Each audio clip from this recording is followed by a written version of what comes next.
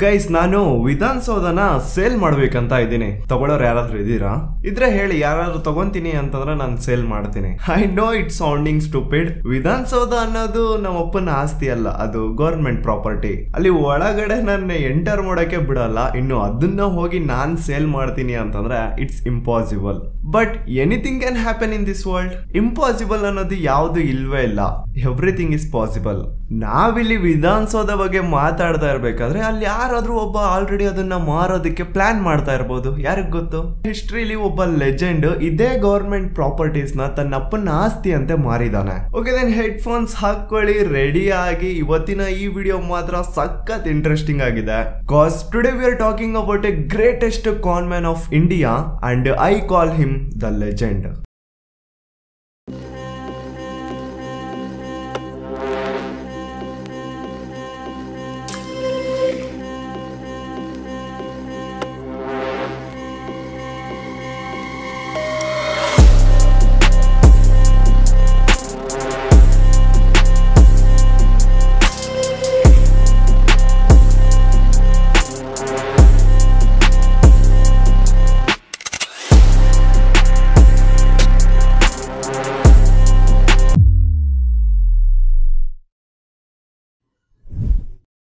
So first ನಾನು ನಿಮಗೆ Mithilesh alias mister Natwarlal ಎಷ್ಟು ಬುದ್ಧಿವಂತ ಅನ್ನೋದಕ್ಕೆ ಒಂದು ಪರ್ಫೆಕ್ಟ್ ಎಕ್ಸಾಂಪಲ್ ಕೊಡ್ತೀನಿ.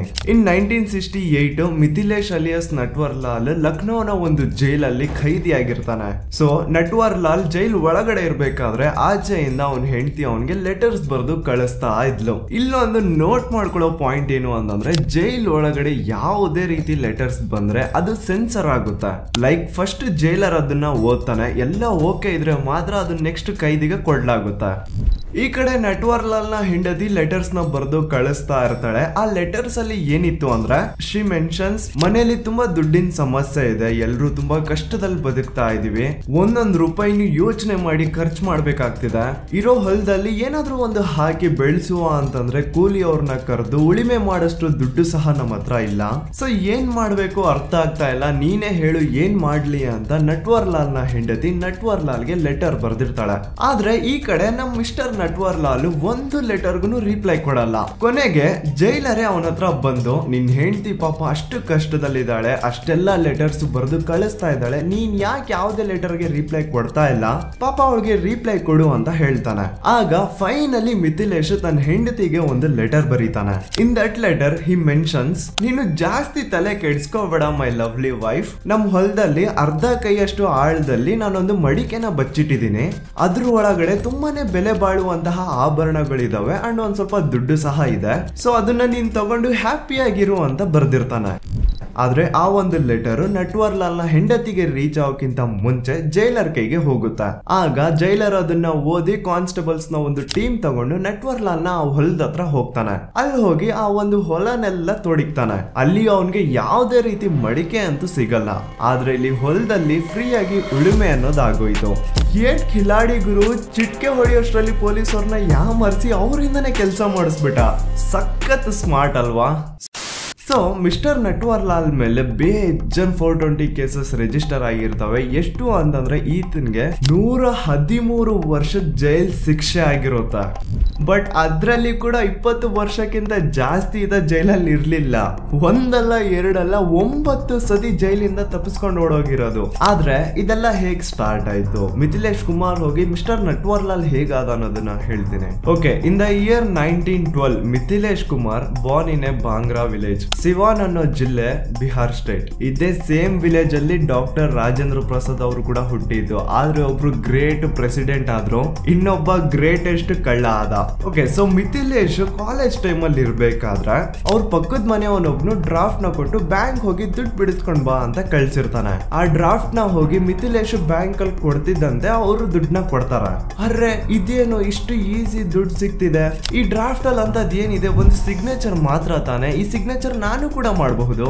ಮಿಥಿಲೇಶ್ ಆ ಒಂದು ಸಿಗ್ನೇಚರ್ ನ ಕಾಪಿ ಮಾಡಿ ತನಗ್ ಬೇಕಾದಾಗ ಒಂದೆರಡು ಸತಿ ಡ್ರಾಫ್ಟ್ ಮೇಲೆ ಫೇಕ್ ಸಿಗ್ನೇಚರ್ ಮಾಡಿ ತನ್ನ ನೇಬರ್ ನ ಬ್ಯಾಂಕ್ ಅಕೌಂಟ್ ಇಂದ 1000 ರೂಪಾಯಿ ನೋಟ್ ಎಳಿತಾ ಇರ್ತಾನೆ. ಆದ್ರೆ ಈ ವಿಷಯ ಗೊತ್ತಾಗ್ಬಿಡುತ್ತೆ, ಲೈಕ್ ಫೇಕ್ ಸಿಗ್ನೇಚರ್ ಮಾಡಿ ತನ್ನ ನೇಬರ್ ಅವ್ರ ಅಕೌಂಟ್ ಇಂದ ಅಮೌಂಟ್ ನ ತೆಗಿತಾ ಇದ್ದಾನೆ ಅನ್ನೋದು ಗೊತ್ತಾಗಿ ಮಿಥಿಲೇಶ್ ಅವರಪ್ಪ ಅವನ್ಗೆ ಸರಿಯಾಗಿ ಬ್ಯಾಟಿಂಗ್ ಆಡ್ತಾರೆ. ಆಗ ಆ ಕೋಪದಿಂದ ಮಿಥಿಲೇಶ್ ತನ್ನ ಮನೆನ ಬಿಟ್ಟು ಕೋಲ್ಕತ್ತಾ ಹೋಗ್ತಾನೆ. ಕೋಲ್ಕತ್ತಾ ಹೋಗಿ ಅಲ್ಲಿ ಒಬ್ಬ ಹತ್ತಿ ವ್ಯಾಪಾರ ಮಾಡೋ ಸೇಟು ಹತ್ರ ಕೆಲ್ಸಕ್ಕೆ ಸೇರ್ಕೊಳ್ತಾನೆ ಅಂಡ್ ಹಾಗೇನೆ ತನ್ನ ಎಜುಕೇಶನ್ ಕೂಡ ಕಂಟಿನ್ಯೂ ಮಾಡ್ತಾ ಇರ್ತಾನೆ. ಸೊ ಒಮ್ಮೆ ಏನಾಗುತ್ತೆ, ಮಿಥಿಲೇಶ್ಗೆ ಎಕ್ಸಾಮ್ ಫೀಸ್ ಕಟ್ಬೇಕಿರುತ್ತೆ. ಹಾಗಾಗಿ ತನ್ನ ಸೇಟು ಹತ್ರ ಬಂದು, ಸೇಟು ನಾನು ಈ ತರ ಎಕ್ಸಾಮ್ ಫೀಸ್ ಕಟ್ಬೇಕು, ನನ್ಗೆ ಅಮೌಂಟ್ ಕೊಡಿ ಸ್ವಲ್ಪ ಅಂತ ಕೇಳ್ತಾನೆ.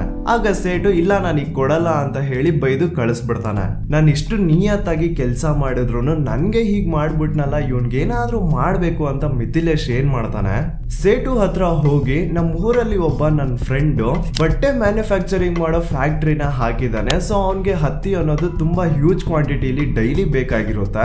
ನಾವೇನಾದ್ರೂ ಅವನ ಜೊತೆ ಡೀಲ್ ಮಾಡ್ಬಿಟ್ರೆ ನಮ್ ಬಿಸ್ನೆಸ್ ತುಂಬಾ ಬೇಗ ಗ್ರೋತ್ ಆಗ್ಬಿಡುತ್ತೆ ಸೇಟು ಅಂತ ಆಸೆ ತೋರಿಸಿ 4.5 ಲಕ್ಷ ಇಸ್ಕೊಂಡು ಫರಾರಿ ಆಗ್ಬಿಡ್ತಾನೆ. ಸೊ ಇಲ್ಲಿಂದ ಸ್ಟಾರ್ಟ್ ಆಗುತ್ತೆ ಮಿಸ್ಟರ್ ನಟ್ವರ್ಲಾಲ್ ನ ಸ್ಟೋರಿ. ದೇವ್ರು ಕೆಲವೊಬ್ಬರಿಗೆ ಆ ಗಲೆ ಅನ್ನೋದು ಬೈ ಬರ್ತ್ ಕೊಟ್ಟಿರ್ತಾನೆ.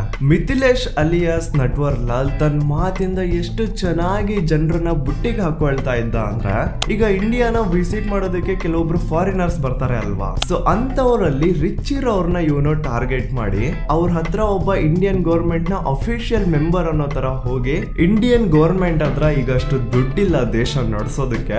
ಸೊ ಹಾಗಾಗಿ ಅವರು ಕೆಲವೊಂದು ಗೌರ್ಮೆಂಟ್ ಪ್ರಾಪರ್ಟೀಸ್ ನ ಸೆಲ್ ಮಾಡ್ತಾ ಇದಾರೆ ಅಂಡ್ ಅದರ ಇನ್ಚಾರ್ಜ್ ನ ನನಗ್ ಕೊಟ್ಟಿದ್ದಾರೆ ಅಂತ ಫೇಕ್ ಡಾಕ್ಯುಮೆಂಟ್ಸ್ ಎಲ್ಲ ಕ್ರಿಯೇಟ್ ಮಾಡಿ ರೆಡ್ ಫೋರ್ಟ್ ನ 2 ಸತಿ ಅಂಡ್ ಪಾರ್ಲಿಮೆಂಟ್ ಅದೇ ಮಿನಿಸ್ಟರ್ಸ್ ಎಲ್ಲ ಹೋಗಿ ಮೀಟಿಂಗ್ ಮಾಡ್ತಾ ಇರ್ತಾರಲ್ವಾ, ಆ ಪಾರ್ಲಿಮೆಂಟ್ ನ ಒಳಗಡೆ ಕೂತಿರುವಂತಹ ಮಿನಿಸ್ಟರ್ಸ್ ನ ಸೇರಿ ಆ ಪಾರ್ಲಿಮೆಂಟ್ ನ ಮಾರ್ಬಿಡ್ತಾನೆ, ಸೇಯಿಂಗ್ ಇನ್ಮೇಲೆ ಇವರೆಲ್ಲ ನಿಮ್ಗೋಸ್ಕರ ಕೆಲಸ ಮಾಡ್ತಾರೆ ಅಂತ.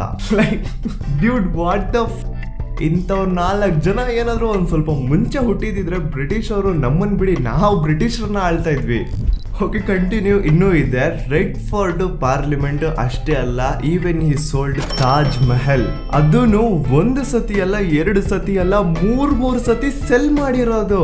ಐ ಆಮ್ ಡನ್ ಗೈಸ್, ಮುಗೀತು, ನಾ ಹೋಗ್ತಾ ಇದ್ದೀನಿ. ಯಾರಿಗೂ ಈ ಲೆಜೆಂಡ್ ಅಲ್ಲ, legend ultra pro Max. So ಈ ರೀತಿ ಗೌರ್ಮೆಂಟ್ ಪ್ರಾಪರ್ಟೀಸ್ ನ ಸೆಲ್ ಮಾಡ್ಬೇಕಾದ್ರೆ ಈ ತರ ಡಾಕ್ಯುಮೆಂಟ್ಸ್ ಕೂಡ ಹಾಗೆ ಪ್ರಿಪೇರ್ ಮಾಡ್ತಾ ಇದ್ದ. ನಾನು ಈ ಒಂದು ಎಜುಕೇಶನಲ್ ಬ್ಯಾಕ್ ಗ್ರೌಂಡ್ ಹೇಳೋದು ಮರ್ತು ಹೋದೆ. The mister Natwarlal is A lawyer. ಹಾಗಾಗಿ ಇವನು ಡಾಕ್ಯುಮೆಂಟ್ಸ್ ನ ಕೂಡ ಕರೆಕ್ಟ್ ಆಗಿ ಪ್ರಿಪೇರ್ ಮಾಡ್ತಾ ಇದ್ದ. ಆ ಡಾಕ್ಯುಮೆಂಟ್ಸ್ ಅಲ್ಲಿ ಪ್ರಾಪರ್ಟಿ ರಿಲೇಟೆಡ್ ಎಲ್ಲ ಡೀಟೇಲಿಂಗ್ ಇರ್ತಾ ಇತ್ತು. ಲೈಕ್ ಆ ಡೀಟೇಲಿಂಗ್ ಬಂದು ಕಾಂಪೌಂಡ್ ಏರಿಯಾ ಎಷ್ಟಿದೆ, ಬಿಲ್ಡಿಂಗ್ ನ ಗೋಡೆಗಳು ಹೇಗಿದಾವೆ, ಅದನ್ನ ಯಾವಾಗ ಕಟ್ಸಿದ್ದು, ಈಗ ಅದ್ರ ಕಂಡೀಷನ್ ಹೇಗಿದೆ, ಬಿಲ್ಡಿಂಗ್ ಅಲ್ಲಿ ಎಷ್ಟೊಂದು ಎಂಟ್ರೆನ್ಸ್ ಇದಾವೆ, ಬಿಲ್ಡಿಂಗ್ ಅಲ್ಲಿ ಎಷ್ಟು ಕಿಟಕಿಗಳಿದಾವೆ, ಬಿಲ್ಡಿಂಗ್ ಗಾರ್ಡನ್ ಅಲ್ಲಿ ಎಷ್ಟು ಗಿಡ ಮರಗಳಿದಾವೆ, ಎಲ್ಲಾನು ಚಿಕ್ಕ ಡೀಟೇಲಿಂಗ್ ಕೂಡ ಅವನು ಮೆನ್ಷನ್ ಮಾಡಿರ್ತಿದ್ದ. ಅಂಡ್ ಇದನ್ನ ಇನ್ನೂ ರಿಯಲ್ ಪ್ರೂವ್ ಮಾಡೋದಕ್ಕೆ ಆ ಡಾಕ್ಯುಮೆಂಟ್ ನ ಕೊನೆಯಲ್ಲಿ ಆಗಿನ ಇಂಡಿಯನ್ ಗವರ್ಮೆಂಟ್ ನ ಪ್ರೆಸಿಡೆಂಟ್ ಡಾಕ್ಟರ್ ರಾಜೇಂದ್ರ ಪ್ರಸಾದ್ ಅವ್ರ ಸೀಲ್ ಅಂಡ್ ಸಿಗ್ನೇಚರ್ ಇರ್ತಾ ಇತ್ತು. ರಿಯಲ್ ಅಲ್ಲ, ಮಿಥಿಲೇಶ್ ಅದನ್ನ ಕೂಡ ಕಾಪಿ ಮಾಡಿರೋದು ಅಂಡ್ ಎಕ್ಸಾಕ್ಟ್ ಆ ಸಿಗ್ನೇಚರ್ ಮ್ಯಾಚ್ ಕೂಡ ಆಗ್ತಾ ಇತ್ತು. ಸೊ ಹೀಗೆಲ್ಲ ಇರ್ಬೇಕಾದ್ರೆ ಯಾರು ತಾನೇ ಇವನ್ನ ನಂಬಲ್ಲ. ಸೊ ನಂಬಿ ದುಡ್ಡು ಕೊಡೋರು ಅಂಡ್ ಬಾಸ್ ದುಡ್ಡು ತಗೊಂಡು ಪರಾರಿ ಆಗ್ಬಿಡ್ತಾ ಇದ್ದ. ಐ ನೋ ನಿಮ್ಗೊಂದು ಡೌಟ್ ಬರ್ತಾ ಇರುತ್ತೆ, ಅಷ್ಟೊಂದು ದುಡ್ಡು ತಗೊಂಡು ಮಿಥಿಲೇಶ್ ಅಲಿಯಾಸ್ ಮಿಸ್ಟರ್ ನಟ್ವರ್ಲಾಲ್ ಏನ್ ಮಾಡ್ತಾ ಇದ್ದ? He used to donate that amount. Yeah, mister Natwarlal ತನ್ನ ಹಳ್ಳಿ ಊರಲ್ಲಿ ಮಕ್ಕಳನ್ನ ಓದಿಸೋದು, ಹೆಣ್ಮಕ್ಳಿಗೆ ಮದ್ವೆ ಮಾಡಿಸೋದು, ಅದು ತನ್ನ ಸ್ವಂತ ಖರ್ಚಲ್ಲಿ. ಅಂಡ್ ಯಾರಾದ್ರೂ ಬಡ ಕುಟುಂಬಗಳು ತುಂಬಾ ಕಷ್ಟದಲ್ಲಿ ಇದ್ದಾರೆ ಅಂತಂದ್ರೆ ಅವ್ರಿಗೆ ದುಡ್ಡಿನ ಮೂಲಕ ಹೆಲ್ಪ್ ಮಾಡೋದು. ಅದಕ್ಕೆ ಏನೋ ಈಗ್ಲೂ ಅವ್ರ ಊರಲ್ಲಿ ಮಿಸ್ಟರ್ ನಟ್ವರ್ಲಾಲ್ ಬಗ್ಗೆ ಮಾತಾಡ್ಬೇಕಾದ್ರೆ ತುಂಬಾ ರೆಸ್ಪೆಕ್ಟ್ಫುಲಿ ಮಾತಾಡ್ತಾರೆ. ಓಕೆ, ಈಗ ಎಂಡಿಂಗ್ ಕಡೆ ಬಂದ್ಬಿಡೋಣ. ಮಿಸ್ಟರ್ ನಟ್ವರ್ಲಾಲ್ ತುಂಬಾ ಜನಕ್ಕೆ ಮೋಸ ಮಾಡಿರ್ತಾನೆ. ಒಂದೊಂದು ಕಡೆ ಒಂದೊಂದು ಹೆಸರು ಹೇಳಿ ದುಡ್ಡು ತಗೊಂಡು ಜೂಟ್ ಆಗ್ಬಿಡೋದು. He was last seen in 1984. ಆಗ ಏನಾಗುತ್ತೆ ಅಂತಂದ್ರೆ ಮಿಸ್ಟರ್ ನಟ್ವರ್ಲಾಲ್ ಅರೆಸ್ಟ್ ಆಗಿರ್ತಾನೆ ಅಂಡ್ ತುಂಬಾ ವರ್ಷಗಳ ಕಾಲ ಜೈಲಲ್ಲೇ ಇರ್ತಾನೆ. ಅಂಡ್ ಆಗ್ಲೇ ಮಿಸ್ಟರ್ ನಟ್ವರ್ಲಾಲ್ಗೆ 84 ಇಯರ್ಸ್ ಏಜ್ ಕ್ರಾಸ್ ಆಗ್ಬಿಟ್ಟಿರುತ್ತೆ. ಮನುಷ್ಯ ಆಲ್ರೆಡಿ ತುಂಬಾ ವೀಕ್ ಆಗ್ಬಿಟ್ಟಿರ್ತಾನೆ. ಎಷ್ಟು ವೀಕ್ ಆಗಿರ್ತಾನೆ ಅಂತಂದ್ರೆ ವೀಲ್ ಚೇರ್ ಮೂಲಕ ಅಲ್ಲಿ ಓಡಾಡ್ಬೇಕಾಗುತ್ತೆ. ವೀಲ್ ಚೇರ್ ಇಲ್ಲ ಅಂತಂದ್ರೆ ಯಾರಾದ್ರೂ ಒಬ್ರು ಎತ್ಕೊಂಡು ಹೋಗಿ ಬೇರೆ ಕಡೆ ಕುಂದರ್ಸ್ಬೇಕು. ಸೊ ಹೀಗಿರ್ಬೇಕಾದ್ರೆ ನಟ್ವರ್ ಲಾಲ್ ನ ಹೆಲ್ತ್ ಚೆಕ್ಅಪ್ ಗೆ ಅಂತ ಹೇಳಿ ಕಾನ್ಪುರ್ ಇಂದ ಡೆಲ್ಲಿನ ಏಮ್ಸ್ ಹಾಸ್ಪಿಟಲ್ ಗೆ ಕರ್ಕೊಂಡು ಹೋಗ್ತಾರ. ನಟ್ವರ್ ಲಾಲ್ ಜೊತೆ ಸೆಕ್ಯೂರಿಟಿಗೆ 3 ಜನ ಕಾನ್ಸ್ಟೇಬಲ್ಸ್ ಇರ್ತಾರ. ಸೊ ಚೆಕ್ಅಪ್ ಎಲ್ಲ ಕಂಪ್ಲೀಟ್ ಆದ್ಮೇಲೆ ರಿಟರ್ನ್ ಡೆಲ್ಲಿನ ರೈಲ್ವೆ ಸ್ಟೇಷನ್ ಬರ್ತಾರೆ. ಕಾನ್ಪುರ್ ನ ಟ್ರೈನ್ ನ ಹತ್ತಿ ನಟ್ವರ್ ಲಾಲ್ ನ ಒಂದು ಸೀಟ್ ಮೇಲೆ ಮಲಗಿಸಿ ಇಬ್ರು ಕಾನ್ಸ್ಟೇಬಲ್ಸ್ ಪ್ಲಾಟ್ಫಾರ್ಮ್ ಅಲ್ಲಿ ಹಾಗೆ ಮಾತಾಡ್ಕೊಂಡು ಸ್ವಲ್ಪ ದೂರ ಹೋಗಿರ್ತಾರ. ಅಂಡ್ ಉಳಿದಿರೋ 3ನೇ ಕಾನ್ಸ್ಟೇಬಲ್ ಗೆ ನಟ್ವರ್ ಲಾಲ್ ನನ್ಗೊಂದ್ ಸ್ವಲ್ಪ ಟೀ ಕುಡಿಬೇಕನ್ನಿಸ್ತಿದೆ ಅಂತ ಹೇಳ್ತಾನೆ. ಆಗ ಕಾನ್ಸ್ಟೇಬಲ್ ಟೀ ತರೋದಕ್ಕೆ ಅಂತ ಹೇಳ್ಬಿಟ್ಟು ನಟ್ವರ್ ಲಾಲ್ ನ ಅಲ್ಲೇ ಬಿಟ್ಟು ಹೋಗ್ತಾನೆ. ಆಬ್ವಿಯಸ್ಲಿ ಮುದುಕ ಎದ್ದು ನಡೆಯೋದಕ್ಕೂ ಆಗಲ್ಲ, ಅಂತವ್ನ ಎಲ್ಲಿಗೆ ತಾನೇ ಹೋಗ್ತಾನೆ. ಸೊ ಇದನ್ನೇ ಅನ್ಕೊಂಡು ಆ 3ನೇ ಕಾನ್ಸ್ಟೇಬಲ್ ಅಲ್ಲಿಂದ ಟೀ ತರೋದಕ್ಕೆ ಹೋಗ್ತಾನೆ. ಆದ್ರೆ ಟೀ ತಗೊಂಡು ಬಂದು ನೋಡ್ತಾನೆ, ಅಲ್ಲಿ ಮಿಸ್ಟರ್ ನಟ್ವರ್ ಲಾಲ್ ಇರಲ್ಲ. And at the age of 85 ಎದ್ದು ನಡೆಯೋಕ್ಕೂ ಆಗದೆ ಇರೋ ಪರಿಸ್ಥಿತಿಯಲ್ಲಿ ಹಿ ಎಸ್ಕೇಪ್ಡ್ ಅಗೇನ್. ಅಂಡ್ ಅದೇ ಲಾಸ್ಟ್. ಅದಾದ ನಂತರ ಮಿಸ್ಟರ್ ನಟ್ವರ್ ಲಾಲ್ ಎಲ್ಲಿ ಹೋದ, ಏನಾದ ಅನ್ನೋದು ಯಾರಿಗೂ ಗೊತ್ತಿಲ್ಲ.